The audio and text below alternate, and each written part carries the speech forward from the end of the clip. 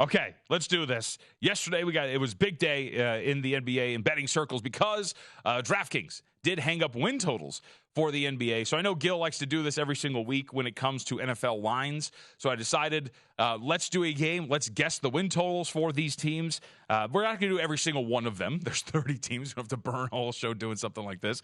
But we will start with what are we doing? Atlantic Division here? Division is what we're starting with. Okay, so this is going to be pretty fascinating. For those who don't remember, because the divisions have pretty much ruled useless at this point, the Celtics, 76ers, Knicks, Nets, and Raptors are in the Atlantic Division. So, all right, let's do this. We have music? No, we don't have music. JVT is going to be guessing the win totals, though, for these. Yeah, music would have been a good idea. All right, Celtics, what you got? All right, so the Celtics are obviously the highest-rated team in the East. They got a little worse. I will say win total of 51.5. 53.5. Okay, all right, a little bit higher. 53.5. Okay, 76ers off the board. I was going to say, yeah, and some of these are off the board. Obviously, there are lots of trades to be made and or not made.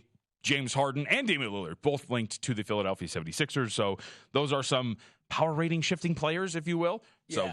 Did I count up 5 teams off the board yesterday? 25 of the 30 are posted. That's what we were texting about. And also, too, I mean, there's a universe in which the 76ers are sitting there when everything's done without James Harden and without Damian Lillard. And Joel Embiid's looking around like, screw this. Oh, and then, totally. And then that'll be absolute chaos. All right, so no 76ers win total on the board. Speaking of teams going after Joel Embiid aggressively, the New York Knicks. All right, so they won 47 games last year. Their win total is going to be in the 40s. I will say the Knicks win total is 44.5. Ooh, dang close, my friend. Yeah? 43.5. Okay. 43.5. Brooklyn Nets also off the board. So that leaves us with one more team in this division. Am I wrong? What am I missing there?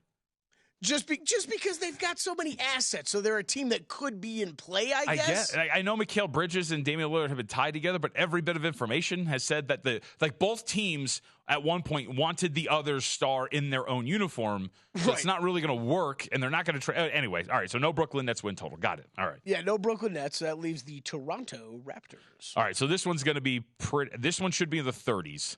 41-41 last year. No Fred VanVleet. Pascal Siakam could be gone. I will say the win total should be 38.5. Ding, ding, ding, really? Ding, I nailed it? You nice. nailed it right on the number. Right on the number. Where just to like go, Gil, just like Gil, I'll say, I promise. They didn't look at these, I swear.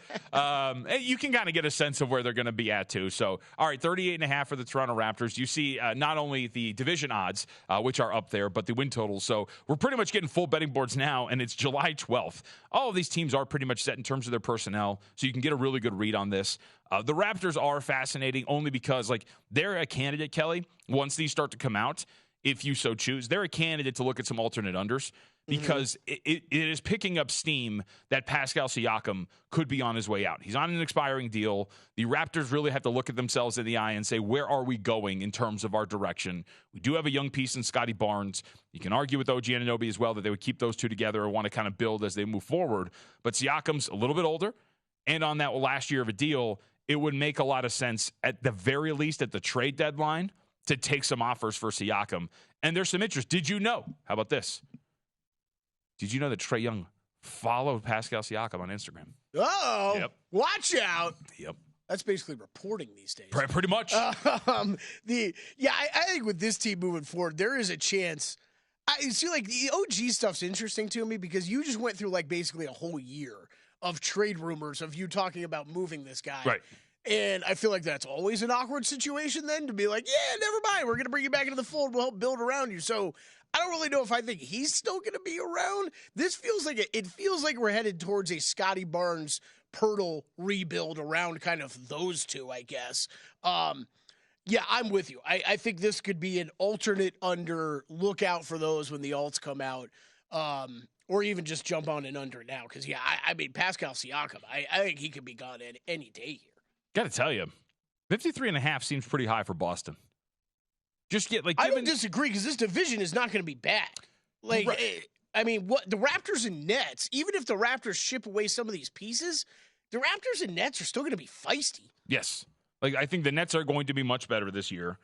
Then obviously we know what the Knicks are going to be. And the Philadelphia 76ers, they could just come back as constructed, right, and be the same team they were last year. But in the East overall, like, I'm a really big fan of what Cleveland did in the offseason. I think they're going to be better. We know what the Bucks are going to be, whether or not they're going to contend for a title. They're going to be very good. Like, overall, and just given the fact that I would argue they got a little worse. Wouldn't you? Like, in terms of their overall depth, their bench took a hit with some of the trades and the deals that they made. I don't really think it's as deep as it was last year. Obviously, Marcus Smart's not there. The Celtics. Okay. Yeah. So, like, I'm just kind of building the case at 53.5 seems somewhat high. I get they're the highest rated team in the East, but, like, I don't know. I'm not saying they're going to win, like, 40 games.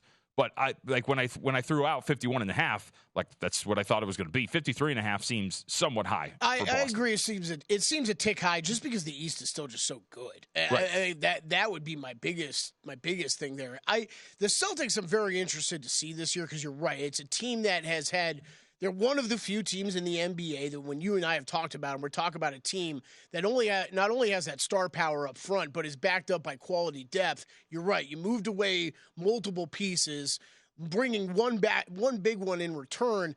I do think the Porzingis, like, this is the chance for Porzingis' entire NBA career to be resurrected. Like, I really think it could work out really well there with what they have between what he can do offensively and defensively. I think it could add another dimension to this team that we haven't seen before, with already a team that brings a lot to the table, but undeniably they got thinner in the roster, in the depth. So I'm really interested to see what they do, but I'm actually pretty high on them heading into next season. Also, I mean, I would say just from a regular season standpoint too, but, like, you know, Kristaps Porzingis and others, Malcolm Brogdon, there's some guys who are expected to play big roles who have a history of missing time throughout the regular season.